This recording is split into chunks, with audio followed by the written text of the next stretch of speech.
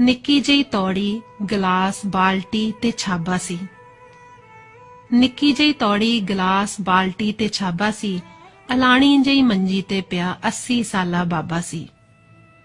तौड़ी चो पानी मैं गिलास च पा लिया, फड़ के गिलास बाबे मूंह नूं ला लिया।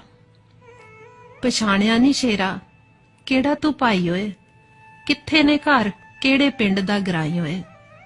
मैं क्या बजुर्गो, तुहाडे पिंड च मास्टर सरकारी आ, लाई मेरी ड्यूटी करदा मरदमशुमारी आ।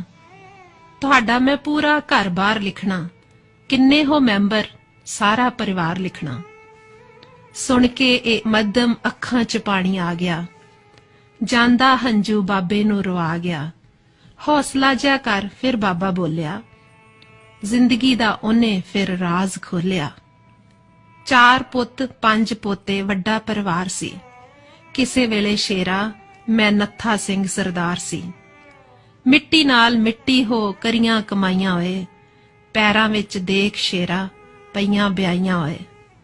काम कर कर हत्थां दियां मिट्टियां लकीरां होए, पुत पोतियां लई बना दित्तियां जगीरां होए। गोडे मोडे फिर मेरे दे गए जवाब सी, पुत मेरे करन लगे उदों फिर हिसाब सी। खेत घर बार सारियां दा हिस्सा पै गया, तेरा ए बाबा शेरा अणवंडिया ही रह गया। जीवन साथण भी मेरी छड्ड अध विचकार गई, थोड़ा चिर होया पुत्ता सुरग सुधार गई। जे मैं गड्डे जोड़े अज गड्डियां च बहिंदे ने, साडे बुढ़े ने की कीता अज लोकां कोल कहिंदे ने। कोठियां चों निकल मंजा वागल च डह गया, नत्था सिंह सरदार होए हुण नत्था बुढ़ा रह गया। लोकों लज्जों डरदियां एक दूजे दी गल मन लई, महीना महीना सांभण दी चारां ने वारी बन लई। 30 ते 31 दिनां दा शेरा फेर पंगा पै गया।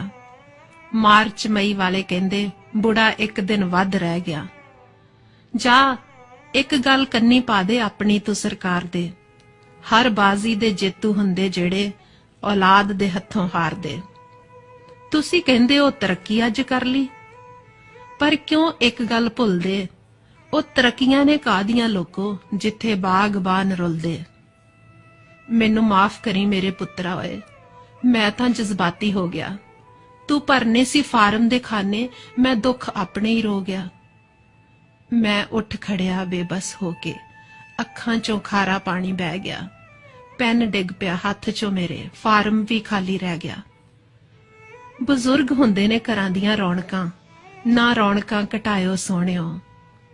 बजुर्ग हुंदे ने घरां दियां रौनकां, ना रौनकां घटायो सोहणिओ।